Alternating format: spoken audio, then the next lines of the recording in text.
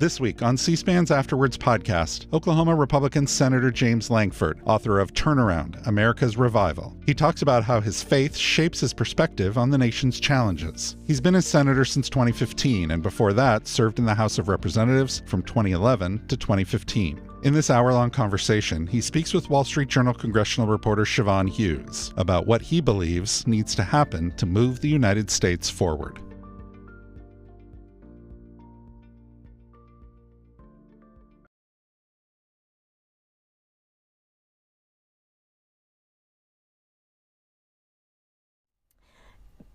Thanks for being here. We are here with Senator James Lankford. He's here to talk to us about his book, Turnaround. Welcome. I wanted to jump in and ask you, Senator, what made you decide to write this book and how long did it take? It took 3 years to be able to write it. So this has been a long journey. Obviously, I have a very busy job as well, but on planes, on weekends, on times, just to be able to set aside a little bit of time to be able to write and to be able to think. There are sections that I've rewritten multiple times. There are chapters that were written and that got deleted and said that's not going to go in. So this has gone on for about 3 years for me. Quite frankly, the interesting thing for me personally is my mom was a librarian, and so books were a big deal in my family, and I had a lot of people poking me for several years saying, you should write, you should write, you should write. And I've kind of pushed back on that and said, I do a lot of writing for editorials, I do a lot of writing for other things, but I've not written a full-length book on it. But I finally came to the point about 3 years ago to say, no, let's sit down and actually start writing and see if this actually helps our national conversation. You know, it's almost like you anticipated my first question, because before we get into the policy elements, I am interested in the autobiographical elements. And for me, one of the most interesting figures in all of this was your mother. As you mentioned, a school librarian, your parents divorced early, the newspapers are on the table. How did you decide how much of her to include and what to leave out? So there's probably a little more in it than there would normally be on it. She was a significant figure in my life, obviously, growing up, and was the major influence in my life for everybody. When they're growing up, their mom's a powerful influence on it. But my mom actually passed away almost 3 years ago now from Parkinson's. And so I'm sure that was, as I'm writing, there's a lot of things that were going through my mind as well as I walk through that journey of grieving, as every person does. But I'm also telling not just the stories about growing up and about things that are happening, but trying to be able to articulate where are we as a country, what's really happening. And somehow for all of us, we live life, we understand we're a part of the country, and we also have an impact on the country, just like she's had an impact on me. You know, as I read Turnaround, and I'm going to look down at some of my notes here because I do want to read a passage, but one of the things that struck me was how the book almost functioned as an appeal to the public to be more personally involved in political life. And I just want to read this one passage. You write, when people at the office, shop, or store are whining about what should be done, but no one is willing to do it, clearly leadership is needed. When we need good people to run for election, good people need to take the risk to run. Could you walk me through what, from your vantage point, prompted you to put those words down on the page? Yeah, I hear so many people say, I'm going to vote, and when I vote, they're going to go fix it. And I like to smile at people and say, we're a representative republic. There is a job for elected officials to be able to do, but the country is actually what drives what happens politically as well. And so the way that actually works is people get engaged. People see a problem and they take some action to be able to actually fix that. I try to take leadership down what I call on the lower shelf level. We talk about elected officials and leaders and titles and all those things, and they think those people are going to go solve it. I'm like, that's not how it works in real life. If you see a problem, you should actually ask somebody to come join you to fix it, and then you're a leader now. Whether it's in your family, whether it's in your community, whether it's in your church, whether it's in your office, leadership involves engaging, seeing the problem, doing something about it, and not expecting someone else to do it. And I'm frustrated that there are so many people sitting back that are feeling helpless, saying somebody needs to fix that. And I like smiling at people saying, yours, take it on. You're the one that can actually fix it. You see that as a problem, be a part of actually helping solve that. So the diagnosis that you seem to make, as I read it in the book, was that the problem the country has right now, as much as anything, is really one of culture. And it's not that Washington, D.C. is necessarily so broken, but that it reflects or reveals that the country is somewhat broken. Could you talk a little more about that diagnosis? Yeah, so the book actually opens with an illustration about a mirror, and I try to be able to talk people through the basics of just a mirror that everyone knows and everyone understands a mirror, but for some reason we don't think about what is our national mirror, what reflects us as a people. And part of my hypothesis of that is actually Washington, D.C. does. If you want to know what we think and what we feel, we elect people and say, you think and feel like I do, go do something about it, and send them off to Washington or send them to our local state houses to be able to go do something. As a representative republic, our elected officials reflect the emotion of the country. And instead of being a swampy freak show that is divisive and different than the rest of the country, my hypothesis is we actually reflect it. So if you don't like what you see in the reflection, it should beg you to ask a simple question. What is it you can do better? How do we actually change the reflection? I don't yell at the mirror and think the mirror is wrong. The mirror is right. Now I have to decide what I'm going to do with my bedhead in the morning to be able to fix that. But the good thing about a mirror is you look in a mirror not to see what's wrong. You look in a mirror to see how you can actually fix it. So my challenge is, what are we going to do? If we don't like what we see in the mirror, what are we going to do personally, individually, our family, our churches, our communities? How are we going to change the culture if we don't like what we see? You know, and one component of that, and I believe you devote a whole chapter to this, is the idea of anger. Could you talk about what you're seeing in terms of anger, both out in the country, but then also how it manifests itself under that white dome every day? So interestingly enough, I actually dedicate 2 chapters to the issue of anger, because I do see this as a very significant part of our culture right now. It rises up on social media and email and all kinds of ways on it. And it's not left or right. It becomes the extremes of people getting frustrated.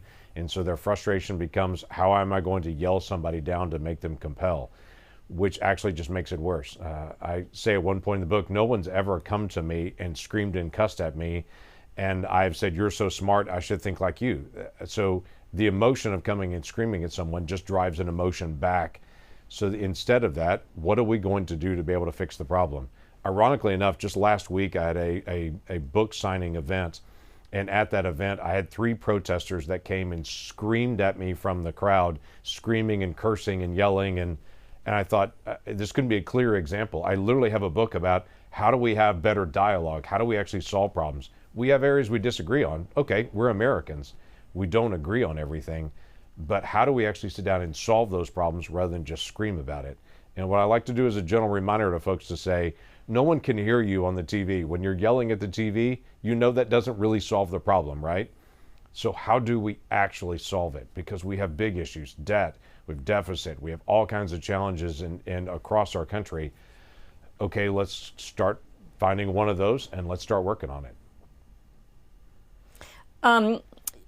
You know, so this book, I should tell readers, this is not a tell-all book. You are not settling scores in this book. You are not naming names. But that said, there are these pretty interesting and revealing moments. And one of those, and I'm going to ask you to describe this to give our readers a flavor of the book, is when you were in a committee hearing and the lawmaker next to you turned to you and said, watch this. And it was a Jekyll and Hyde experience and turned into one person and then reverted back to another person. Could you share that with us? It was a very telling moment for me, and you're right, I won't tell who it was, but as I'm sitting in a hearing, just having chit-chat conversation, waiting on my time for questioning, as anyone who has watched C-SPAN has watched a hearing before, and they see the different questions, and they see maybe 20 people waiting to be able to ask their question of the witness. I was sitting next to a person, we were having a very normal conversation on it, and right before it was their turn to be able to ask questions, leaned over to me and said, watch this, I'm going to get on TV tonight. And I looked at them confused for a moment. Their name was called, and then they just exploded on the witness, just screaming at them and just going on a tirade with them. I describe it as watching Bruce Banner rip off his shirt and become the Incredible Hulk in that moment. And then after the 5-minute questioning time, he turned to me and says, what do you think? I mean, it's just this very calm. It was clearly all just drama. The painful part about that was that night, they were all over TV. There were lots of different clips of that person on TV that night. I thought, well, mission accomplished. If your goal is to get on TV, it's easy to do that in Washington, D.C. Be the angriest, loudest person, and you get on TV that night, and you get clips on social media. The problem with that is when you've got 535 people all trying to get on social media and all trying to get on TV, the volume just goes up and up and up. We're seeing the same thing in social media. If you're the snarkiest, angriest person, you get the most clicks and most views. that drives this conversation to a level where we're not solving problems anymore. So a decision has to be made. Do I want to solve a problem, or do I want to yell about a problem? Because you're typically not going to be able to do both. You've got to figure out how to be able to solve it. No problem with being blunt and clear, this is a problem, we're going to be able to solve it. But if the goal is just to be Facebook famous, just to be able to be on X and get lots of different likes on it, that's going to be very different than how are we actually going to solve the problem. To just stick with the theme of some of these moments here where you reveal a little bit more about the texture of serving in Congress, you, I believe, and I think this is in your book, have a prayer meeting with other, is it members every week? It is. And you talked about how, and I think it's probably in this context, where other lawmakers will tell you the reason they're able to tolerate all of this, pain, to be frank, is that they have a calling. They feel compelled to solve a problem. Could you share a little bit about that with us? There is. I think it would interest a lot of Americans if they got personal time with their elected officials, how many of them say, I go through this because I really feel a calling to be able to serve the country and my family and the next generation. And there's several different terms that I hear, but the word calling is the one that comes up the most. I've actually expressed that personally. For me, I'm a person of faith. I come from a faith perspective. Many people know I was a pastor for 22 years before I came into Congress. I have a deep part of me that is my faith and my own journey. I'm sure we'll talk about that some because it comes out in the book some. But for me, it was a sense of calling, a sense of almost personal obligation, both to God and my country, to be able to step away from what I love doing and step into the battlefield that is American politics and to say, what can we do to be able to serve? There are a lot of members that actually express that same thing. There are a lot of members that could do a lot of things. They wouldn't have their personal safety challenged. They wouldn't have their family challenged, and all the ridicule online and all the things that are so painful in modern American politics. But they feel a sense of obligation to serve, and so they serve. And as I mentioned in the book on it, there are a group of members that get together of both parties that get together on a weekly basis. We have Bible study and prayer time together. We disagree on a lot of things, but we all want to be able to grow in our faith. That's the common element for that group that actually gets together to say faith is important in our life, and we want to be able to encourage each other to be faithful while we're still arguing through the issues that have got to be resolved. So you've given me a jumping off point for two different directions I want to go here. Number one is on your faith. I know a lot of people look at you and think straightforwardly this is a pro-life lawmaker, but there's also a certain depth to your religious life and experience. And could you kind of tell us one person you come back to over and over again, and I may mispronounce this, is Nehemiah, sort of that example of the Bible and what that means to you and how that informs your approach. Yeah, Nehemiah actually and his brother Hanani is a story that I'm obsessed with in the Bible. Nehemiah is a story, it's about 400 BC or about 450 or so BC. It's a time period where there's a lot that has happened. There's been the collapse of Jerusalem. People have gone into captivity. It's a really awful season for the nation as they're trying to be able to return. And there's this guy, Nehemiah, who is a slave. He's living under, at that time, Persian captivity. And we're not sure if he's ever been to Jerusalem, but he has real concern about where his grandparents are from.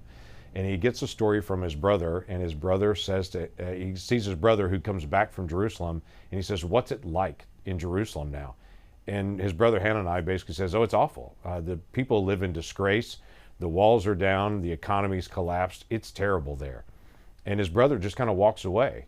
And it leaves Nehemiah standing there thinking, what do I do about this? I mean, it's like it strikes him deeply, and he prays, it says, for several days, and then he determines, I've got to do something about it. Though he's a slave in a foreign country, he feels this sense of calling, this sense of obligation to do something to be able to help. And so he prays and then starts to go to work and tries to figure out what little bit can I do. He ends up helping restore a whole group of people in Jerusalem, rebuild the security perimeter, and help rebuild their economy because he actually prayed and then went to work. And it's a very simple challenge, quite frankly.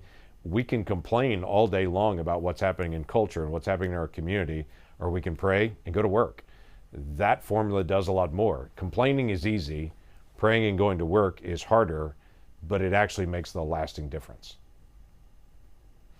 You also talk in your book about feeling compelled in 2008, 2009 to really jump into office. You did not have any connections. You don't take the reader at that point through specifically what was happening in the country to make you jump in. I remember you coming in after the Tea Party wave, but could you share some detail with us?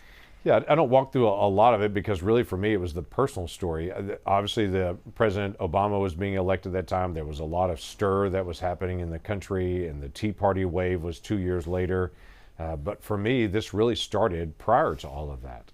There was this overwhelming sense of, I really need to do this. And I struggled with it for about 7 months. I don't have anyone in my family that's in politics. I have no background in politics. I was a voter. In fact, I had one time I showed up at a political meeting. It was my congressman that did a town hall meeting. I showed up to be able to sit in the town hall meeting. But that's it. That's my only exposure. Literally, my second town hall meeting was one that I was actually leading then from the front. So in 2008 and 9, my wife and I prayed and struggled through that for a long time and finally came to the decision, I'm going to be an old man one day telling my grandchildren about the time I didn't follow God, what I felt like I was called to do. And I have literally met people in their 80s that when you talk to them about their life, they'll talk about a time in their 20s or 30s or 40s that they really felt a sense of calling to do something, and they were afraid to be able to take that moment. And 40, 50 years later, they're still thinking about what would my life have been like if I would have taken the risk at that moment. For me, I determined, I know some people like that. I don't want to be that person. And so for my wife and I resigned my position in the fall of 2009, and we lived a year off our life savings while we ran for Congress. And now I tell that story both to talk about a spiritual journey that I went through during that time period, but to also tell people there are lots of folks that are interested in running for school board or city council or Congress, or there's a certain job or a task. And I want to encourage them, if you feel a sense of calling to that, don't be afraid to be able to take the next step to be able to find out what it would be like. Don't live in regret the rest of your life, thinking I should have done that moment when I had that opportunity and when I felt that calling. Instead, take the risk.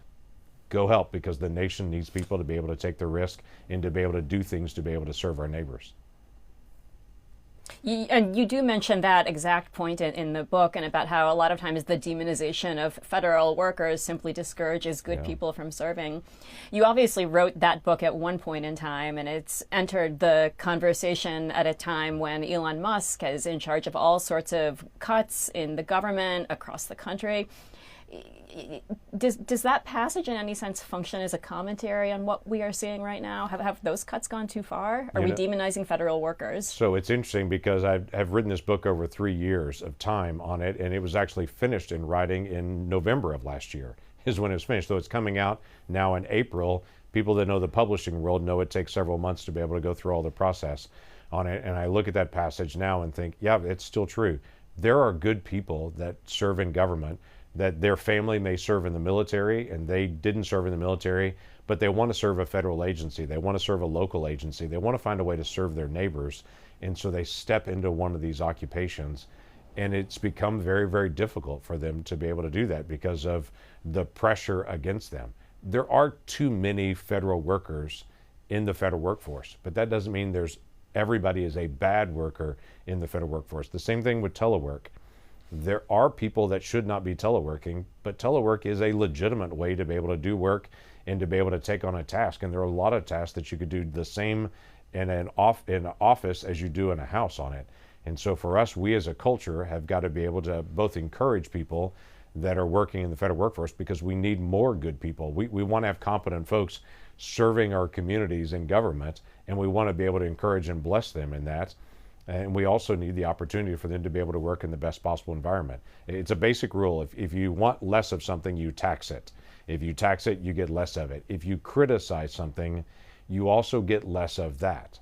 And so if you continually criticize individuals in service, you'll get less and less quality in that. If you encourage more and more people in service, you'll get more and more quality in it. C-SPAN's Afterwards podcast continues in a moment. Now back to C-SPAN's Afterwards podcast. I want to jump to a section that I think is called Foundations. Yeah. You talk about, there's a really interesting story actually about the house you built and the foundation there, but then you build up to, but maybe you want to share that, but then you build up to nonprofits and church, and finally you get to the Constitution as a foundational element of this country. And I just want to read this passage.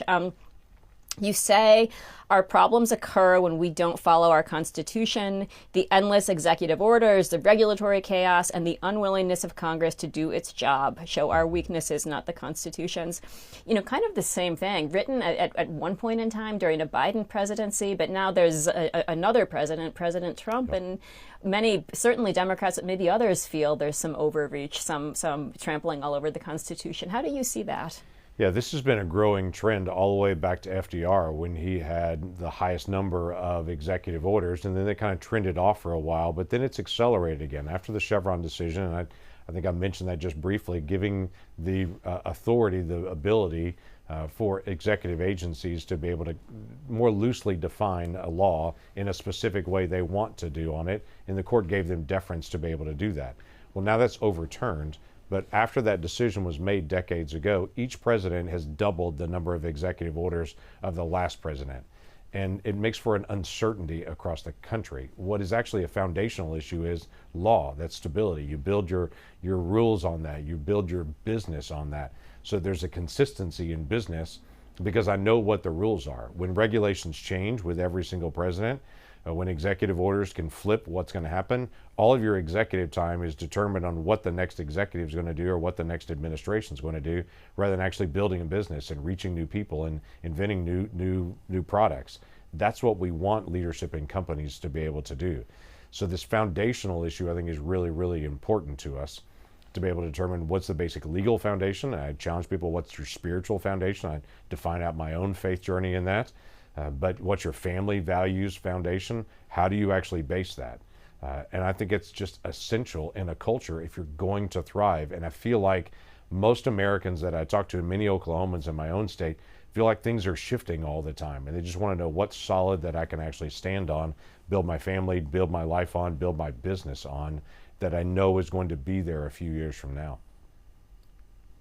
Is some part of this the fault of Congress for not doing more to assert its own powers? It is. It is. I'm glad to be able to step in and take full fault for that, as well as to be able to look at my colleagues and to say Congress acts when Congress has to act. It doesn't act when it doesn't have to. It's a group chicken out to be able to determine who's going to take this. If it's easy to be able to say the executive branch, you take it, then the executive branch takes it. I had someone just even recently caught me on tariffs. And so tariffs used to be very consistently run through Congress all the time. And then over the last several decades, Congress has given a little more authority, a little more authority, a little more authority to the executive branch on what to do on tariffs and how that decision is going to be made. And now Congress is out of the loop, and just the White House is actually making the decisions on that. There's a million other examples that are like that. And right now the court has having to reevaluate a couple of issues. One is, I mentioned the Loper decision, which reversed the Chevron decision to say, hey, you can't just give deference to the executive branch. Congress has to say it or it doesn't actually apply. There was a major questions doctrine from the court not long ago as well, saying to any executive, you can't find an elephant in a mouse hole. If Congress didn't make it clear, you can't just take that on. And right now, the Supreme Court is also struggling with what's called the delegation doctrine. That is, can Congress give away its powers? That's clearly in Article 1 of the Constitution, or does every legislature have to be able to retain those powers? This big tumult that's happening right now in Article 1 in the Congress is clearly a moment that is a reset for the country as well, because the country's saying, what's the foundation? Historically, that is law, that is the Constitution, that is the actions of Congress that have been signed on by the president, that is ruled on and interpreted by the courts. That's been foundational base. We've got to be able to get back to that again. That means Congress writing more specific law, being more aggressive to actually negotiate, which we've lost the skill set to be able to sit down with people we disagree with and to be able to solve things. And if we're not willing to sit down with people we disagree with and have grown-up conversations to be able to solve problems, everything gets pushed to the executive branch and says, just go make a decision and we'll complain about it, rather than, as Americans, we hash out the hard thing and solve it in law. So as you and I speak, we are about 5 days away from those essentially global tariffs that Donald Trump announced. The markets have obviously gone down quite a bit. Do you think that Grassley bill saying after 60 days Congress has to approve any tariffs is something worthy at least of consideration? Sure. This is actually an area where Congress is always engaged in the area. What the president has done is he's used an authority. I'm going to use a Washington term here, the International Economic Emergency. I can't remember all the abbreviation, where IEPA is the authority the president is using to do these global tariffs. Well, that IEPA standard, that law that is out there that's decades old, it was done in the 1970s, that IEPA has never been used to be able to use a tariff authority like this before. So what happens now? Congress starts to begin to speak and say, hey, this is an area that's not been used before, so every other area of tariff, when you impose a tariff, it has to come back to Congress for a vote. IEPA goes around it, but it's not considered this before. So Chuck Grassley stepping out immediately and saying, hey, I want to close this loophole because, again, according to the Constitution, every tax, every revenue has to originate in the House of Representatives. So this one didn't. So how does that actually work constitutionally? The second part of this is the courts, I'm sure, will step in and to say this is something new and novel in an executive that has not used this authority before. So how do we evaluate this in the courts, and what is the court going to do? Now, there's a separate argument of, do we have a problem with tariffs around the world? Yes, we do. We do have a problem with deficits, of trade deficits around the world. Yes, we do on it. The issue is not the problem. The issue is, this is the right solution, and how do we actually manage that solution to give predictability to business, to make sure that we're helping every single business in America grow, thrive, increase, bring more manufacturing home. At the same time, we're beginning to get some legal consistency as well. That's an example of an argument that's literally happening right now in front of us that I'd never considered when I was writing the book, but it's clearly an example of this kind of push and pull between Congress and the White House. So how much time do you give the Trump administration? Do you sign on to Grassley? Do you sort of let the conversation play itself out for a little bit? How do you approach that consistent with all these values you've described in your book? Yeah, there's two things that are happening with this. Obviously, there's a lot of conversations happening behind the scenes between Republican members of the House and the Senate and a Republican White House to talk about what's the plan, where are you going on this? Because a new statute right now, by law, gets passed in the House, the Senate, and is signed by the president. If the president says, hey, I don't want to give away my authority on that, no president willingly gives up executive authority. That's not how it works in real life. Either party, never happens that way. So the way this actually happens in real life is the court steps in, looks at the statute, looks at the use of executive authority and say, is this consistent with law? So Congress can talk about things, they can work behind the scenes to try to work towards getting a plan of action, but the court is the one that will step in immediately and always does. Again, whether Republican or Democrat, that's the way that our system works. First on checks and balances, is the fastest check and balance on executive authority is not the legislative branch, it's the judicial branch. So I do expect the court to step in and say, we at least want to be able to take a look at this because this is a novel new authority. Let's figure out what direction this needs to go, and is it consistent with prior law? If it's not, then the White House and the legislative branch then have to sit down and be able to work out, how do we make this into law that actually works no matter who is president? Because the worst case scenario is when Congress makes a law aimed at a president, either a president that just left or whatever it may be, to try to solve things. We're still living under the Budget Act of 1974, trying to be a response back to Watergate on it, and it's been a chaotic mess for years and years and years. Reactionary law to a single person is not the best way to make law. It's both sides to be able to sit down, hash out what's the issue, regardless of who is president, to be able to solve those issues. I want to go back to kind of the space between foundational issues and anger in this country. And let me read this to you. You write, when adults constantly complain about our government and government leaders, the natural response from America's youth will be, what type of government might work better? Are you concerned that the role of the Constitution in this country as a foundational document is at risk? I am, actually, and I can see that across America right now in protests that are Marxist or socialist protests that are rising up within the country. People saying, I don't like capitalism, I don't like this freedom. And I have had people, even within the past week, that have said to me the differences between European free speech, American free speech, which one works better on social media, how do we start to be able to limit some of this anger? And the way that we limit it is actually having government more involved in controlling it and managing it. That is someone literally saying, this looks too chaotic. I want to have a more simple, straightforward system that's more controlled and balanced. That's what the Chinese government says. Around the world, they point to America and say, you see that chaos? We have order and discipline. They have chaos.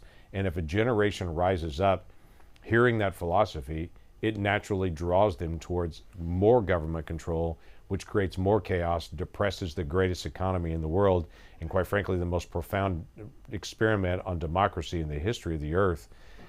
Our problem is not our Constitution. Our problem is the areas where we don't follow our Constitution and where we decide we're not going to solve problems. We're going to give it to the executive branch, so it can't be argued out in the Senate. It can't be argued out in the House of Representatives. Our nation was built around, we have arguments and disagreements, so let's argue it out, resolve it, and then move forward. Now we're arguing and not resolving. That's creating this tension in the country that I think is a real problem. And I think that's brewing into something where people would say, what's different than what we have? And we will lose the longest constitutional republic in the world right now if that actually occurs.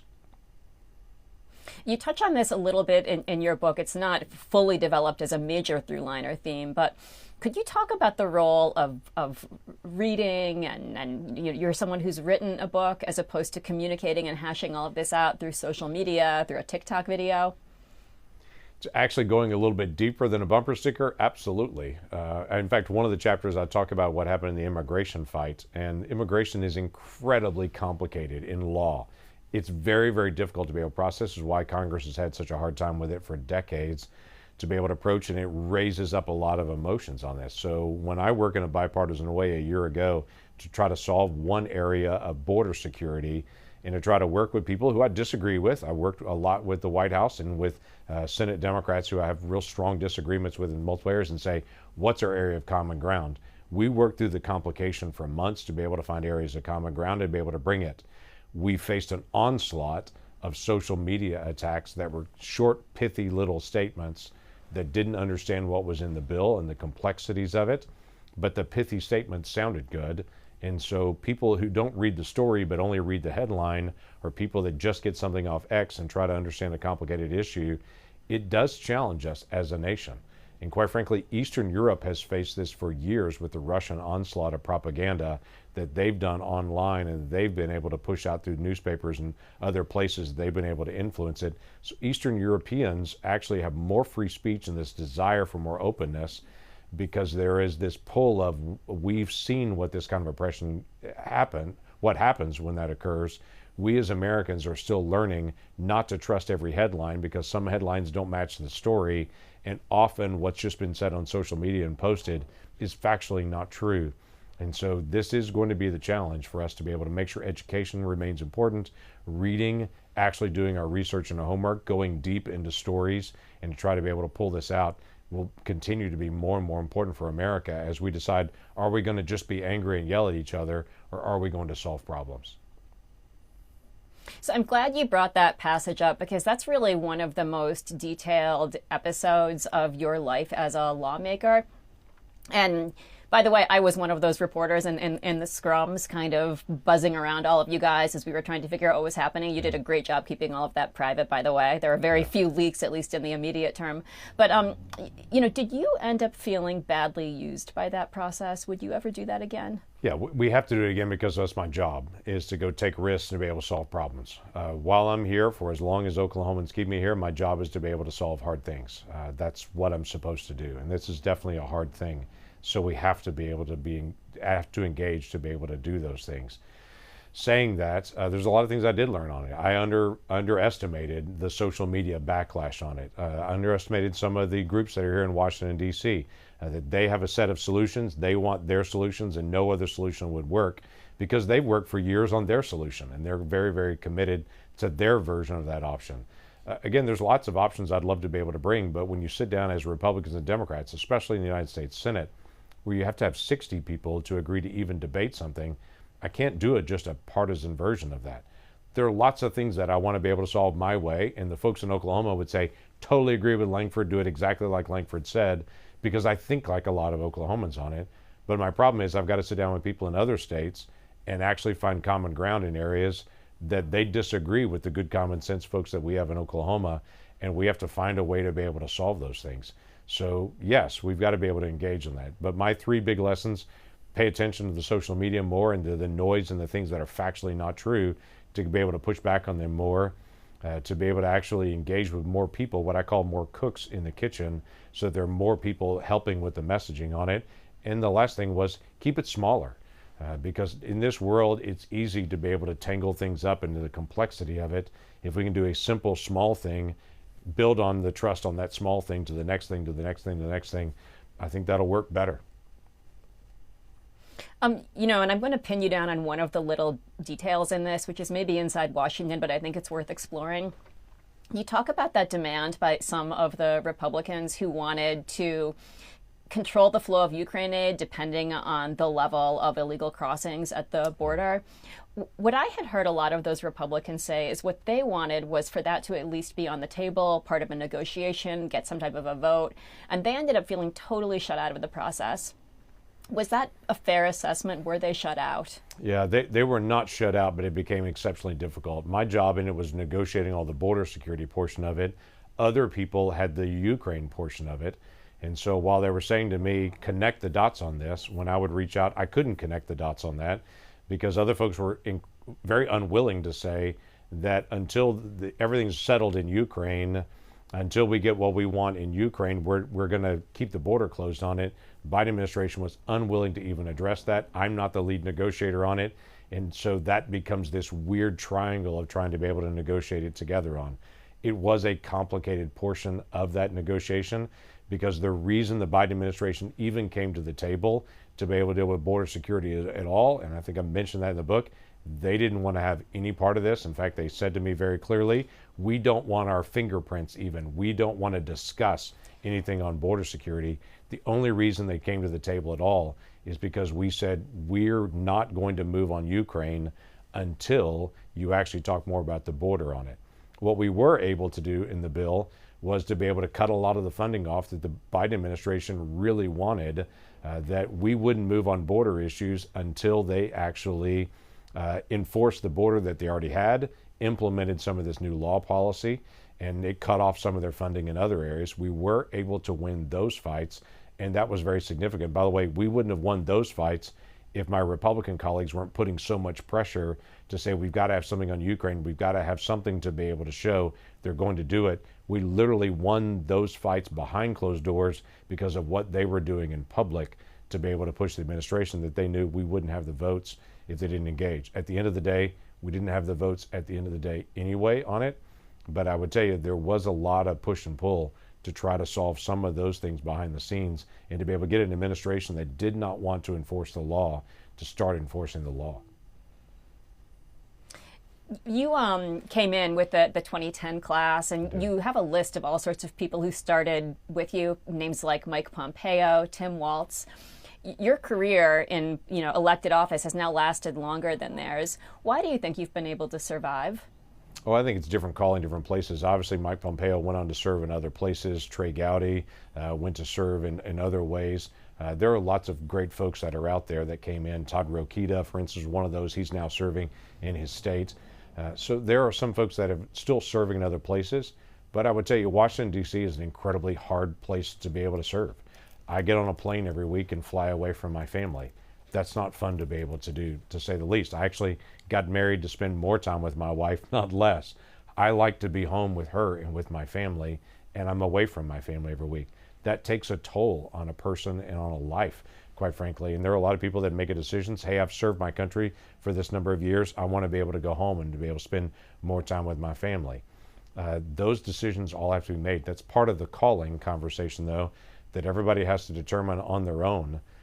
What is your calling? And though it's hard, this is a sense of calling that I have. I'm going to serve as long as God keeps me here and try to be faithful to that task. So you mentioned your family, which has given me a little bit of an opening to ask you to tell this story in the Bees Can Kill You chapter. There is levity in this book, and maybe that's the one that jumps out the most. Yeah, I try to tell some stories both on the campaign trail and behind the scenes and some other things that are fun and funny on it. It's a serious topic, and it's a challenge to us as our faith and our leadership and what we're going to do as a country and who we're going to be. But I also try to tell some stories to say, hey, leaders don't always get it right. Families don't always get it right. But that doesn't mean you shouldn't try. Rookies make rookie mistakes. That's a given on it. And sometimes leaders just do something they think was a good idea, but it didn't end up working as they hoped to. And you got to admit that and turn around and say, what am I going to do to correct it? But we as a culture try to be able to push people to say, get it perfect every time, when none of us are. I tell the story about going to a county fair in Oklahoma. My youngest daughter was about 7 or 8 at the time. And my youngest daughter is just absolutely terrified of bees. And a lot of people are, but she's just terrified of bees. So as we're walking through this little county fair, I see a beekeeper, and she has a table set up with a plastic beehive and her honey for sale and everything else. And I thought, my daughter's afraid of bees. I could introduce her to the beekeeper, and the beekeeper could tell her what it's like to work around bees and maybe take my daughter's fear level down some of bees. So we walk up to the table. My daughter grabs my hand and squeezes it really hard, like, Dad, where are we going? And I said, hey, I want you to meet the beekeeper. So we walk up to the table, seemed pleasant. And I introduced myself and my daughter, and I said, my daughter's very afraid of bees, and I thought it'd be good for her to be able to meet you and for you to tell her what it's like to be able to work around bees.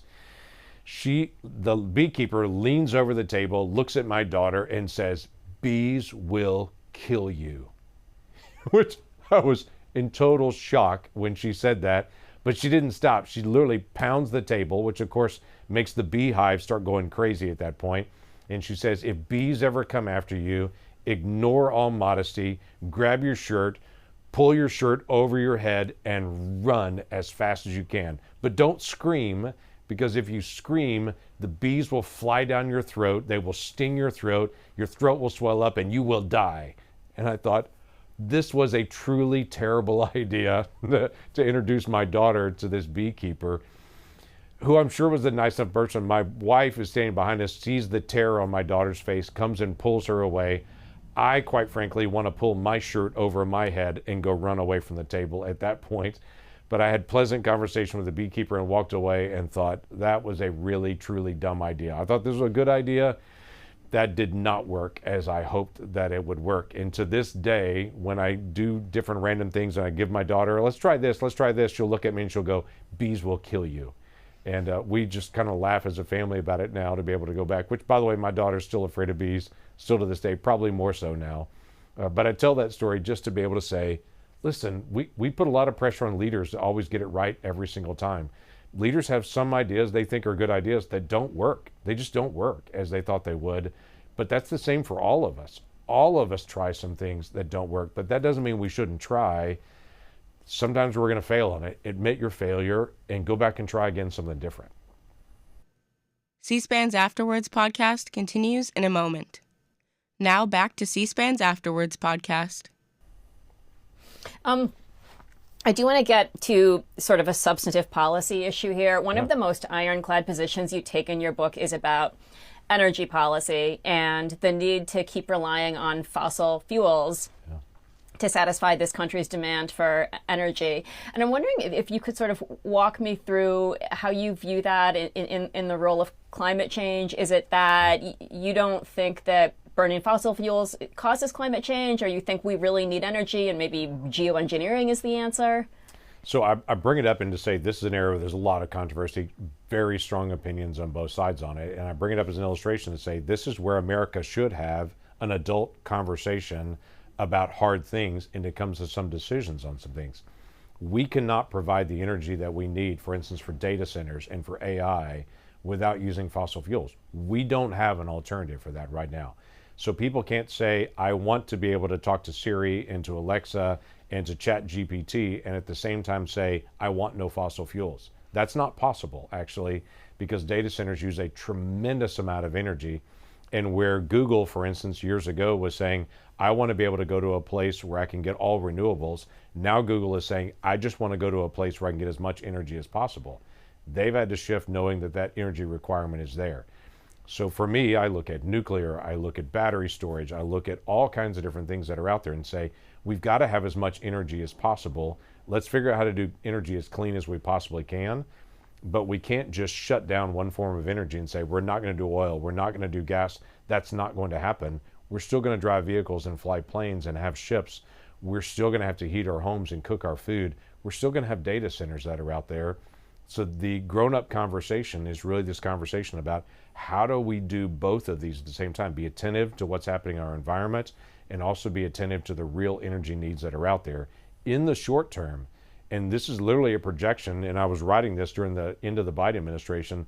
The Biden administration was looking at 30 years in the future and saying from their calculations, we will still need as much oil and natural gas 30 years from now is what we're doing right now.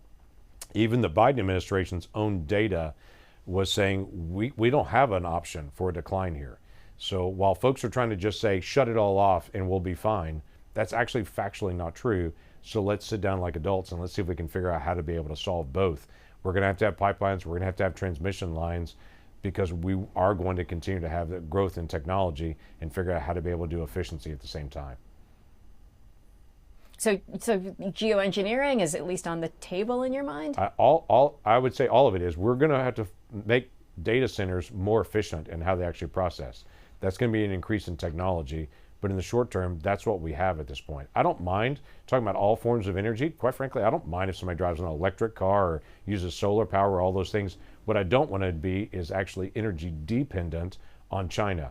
Right now, solar panels are dominantly controlled by China, both the rare earth minerals that it takes to be able to get them and the actual construction of them. So if we shift to all solar, which would take decades to be able to actually do that, and it's still an unreliable source that the sun doesn't always shine, you got to have long transmission lines. It would literally take decades and decades to be able to get to that point. And there's a huge fight when you start talking about long electrical lines across the country. Lots of people think that's a good theory and they like that idea until it actually runs through their backyard. And then there's an enormous fight against it. So the challenge is, how do you get energy to where it needs to be? How do you do it in the cleanest, most efficient way possible? I just have a problem with people saying, if you're going to do it, produce it out of China, when we're vulnerable to China at any point. And we're also, if China gets upset with us, they cut off our energy. We should never be dependent on another country for food and for energy or for medicines, quite frankly. And we are to China for medicines. I'm not going to allow us to be able to get there for energy or for food. Those are these basic things that we've got to have to be able to operate as a society, and we can't have another country controlling us in that. You also talk about permitting and the need to speed up permitting for a lot of projects. Is that something we could see resolved in this reconciliation bill that's moving through Congress? I think some bits and pieces of it we could make some progress on, but you can't solve it in reconciliation. That takes 60 votes in the Senate to be able to resolve it. I look at our neighbor Canada, who is still our friend, and I want to continue to remain to be our friend. The Canadians, when they're doing a new energy project, they have very strict regulations as well in Canada. It takes about 5 years for them to be able to do a major energy project. We have multiple projects in the United States. It's been 30 years. Most of them, it's 15 years or more just to get through the regulatory process and the legal process at the tail end of it. If we're going to need more energy, which we do, we've got to work on our permitting to say, how do we actually make sure we're protecting the environment and giving predictability and actually putting new energy online. That's something that we're not going to be able to solve again through reconciliation. We've got to actually have, again, as I've mentioned before, that grown-up conversation of people that disagree sitting down trying to be able to solve that. And the country has to be able to demand of Washington, you guys figure this out, because we've got to be able to have a solution on it. So debt and deficit has been one of your focal points ever since you came to Congress. And I remember you in the House talking about this. Does that remain a focus, and how does that inform your approach to this tax and spending cut bill? Yeah, it does remain a focus, and I mentioned it several times in the book as well. That's a difficult area. That's a long-term resolution. There's not going to be a year that we actually solve our debt and deficit issue. It's going to be years of focus and multiple different bills to be able to resolve this. We're overspending by $2 trillion a year now. $2 trillion overspending a year. Just to give you a perspective on this, the last president where there was no debt at all, no debt as a nation, was Andrew Jackson. That was the last time we had no debt as a country.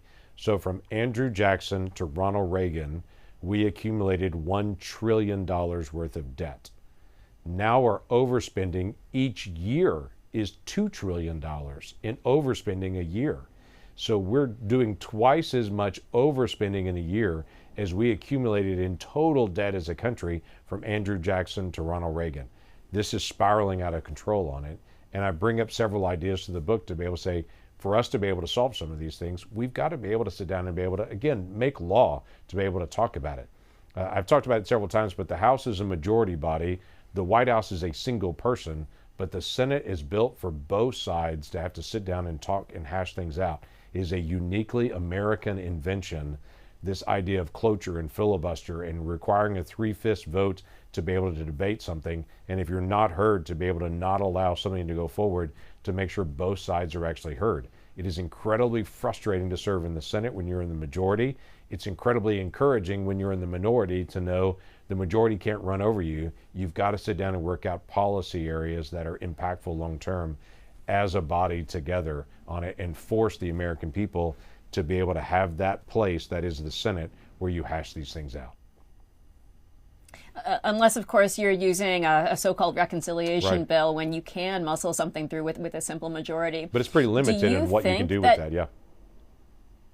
I mean, do you think this is a place where we could see debt and deficit reduction, or do you think that the price is just too high? A lot of Republicans are concerned about, frankly, the Medicaid cuts, the potential for those. Sure, yeah, there's a difference between cutting benefits to people and trying to be able to deal with some of the fraud and the waste that's out there. There's a difference between actually reducing people that are on Medicaid and trying to say, okay, what are we doing with work requirements?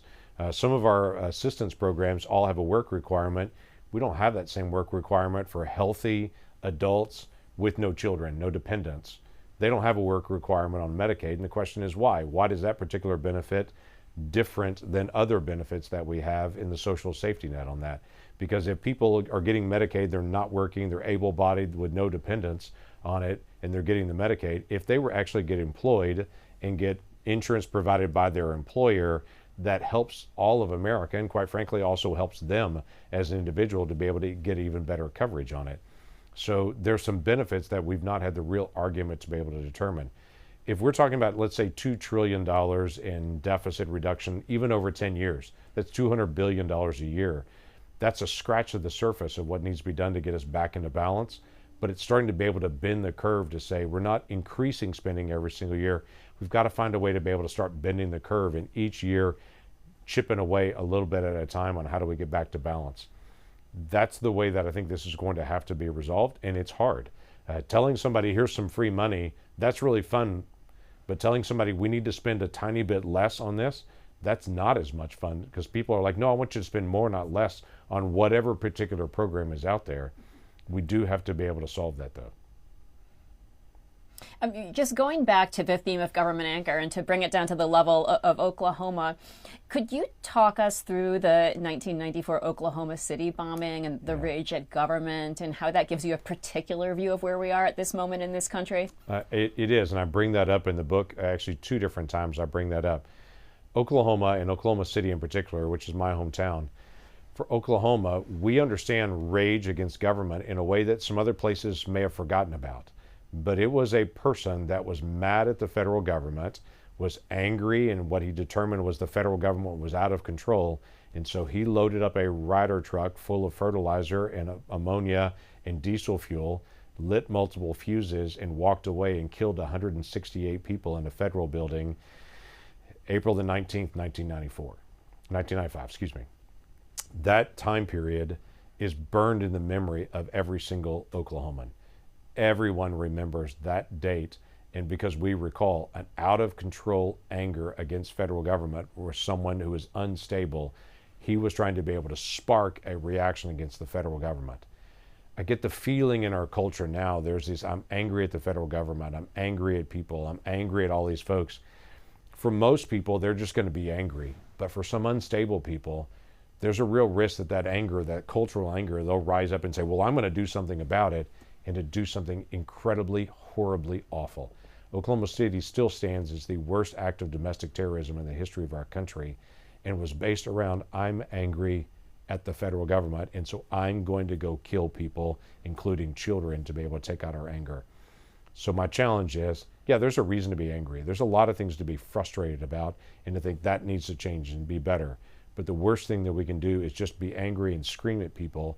The best thing we can do is say, what am I going to do to volunteer? How am I going to serve? I notice the people that are angry only at their television and scream at that are different than the people that are upset that actually volunteer their time at a YMCA, or volunteer their time at a church, or volunteer their time in their community, or at a homeless shelter. They're actually doing something about what the problems are and the challenges are in our society. People that are angry and they're just balled up are different than people that are frustrated, and so they go and serve to go make our nation better. And one of the big themes of the book is, what are you doing to be able to make the nation better? Here are practical examples of people that have done it. They saw the problem, they started going after it. What about you? That was one of the big themes of the book. And one of the things I found myself wondering as I read it is, what is the role for volunteerism in this country? And what are the areas where the problems are just too big for single individuals to manage or make a dent? Yeah, most areas are enormous. I go back to the Nehemiah story that I mentioned earlier, the biblical story. They lived in the ruins of Jerusalem for almost 100 years at that point. And many people just lived right around it, the destroyed city. Nehemiah gets there, organizes people, and says, start working on the section of the wall right next to your house. And each family is doing that. They start rebuilding a city. And in 2 months, they rebuilt what had been down almost a century.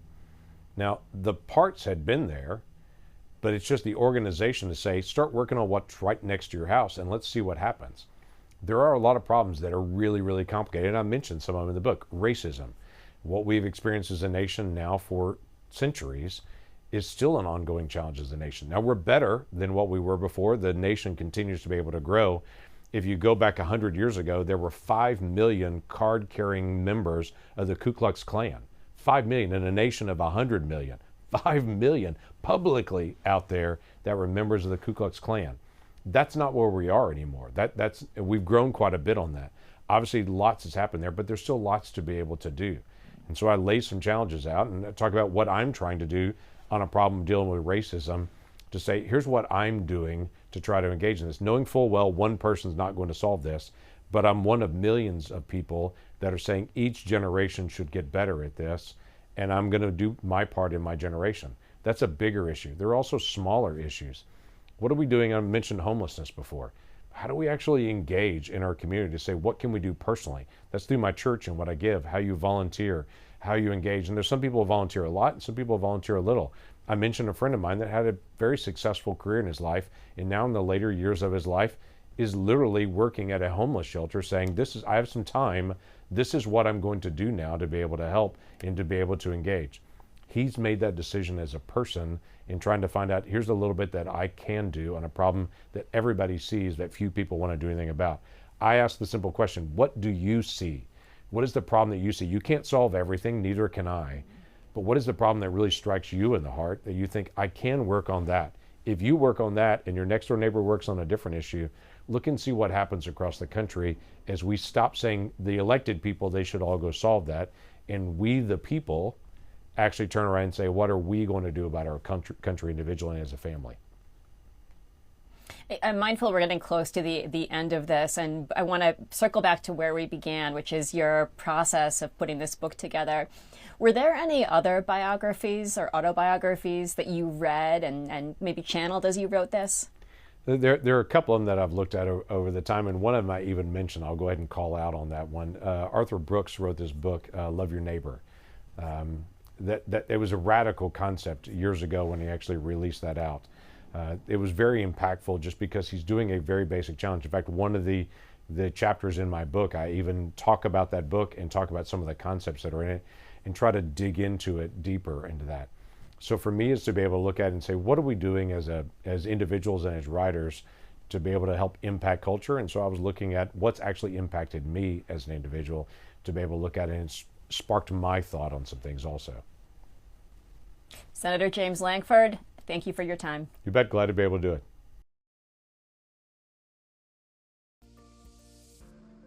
Thanks for listening to this week's Afterwards podcast. If you are interested in podcasts about nonfiction books, listen to C-SPAN's Book Notes Plus podcast for interviews with authors and historians hosted by Brian Lamb.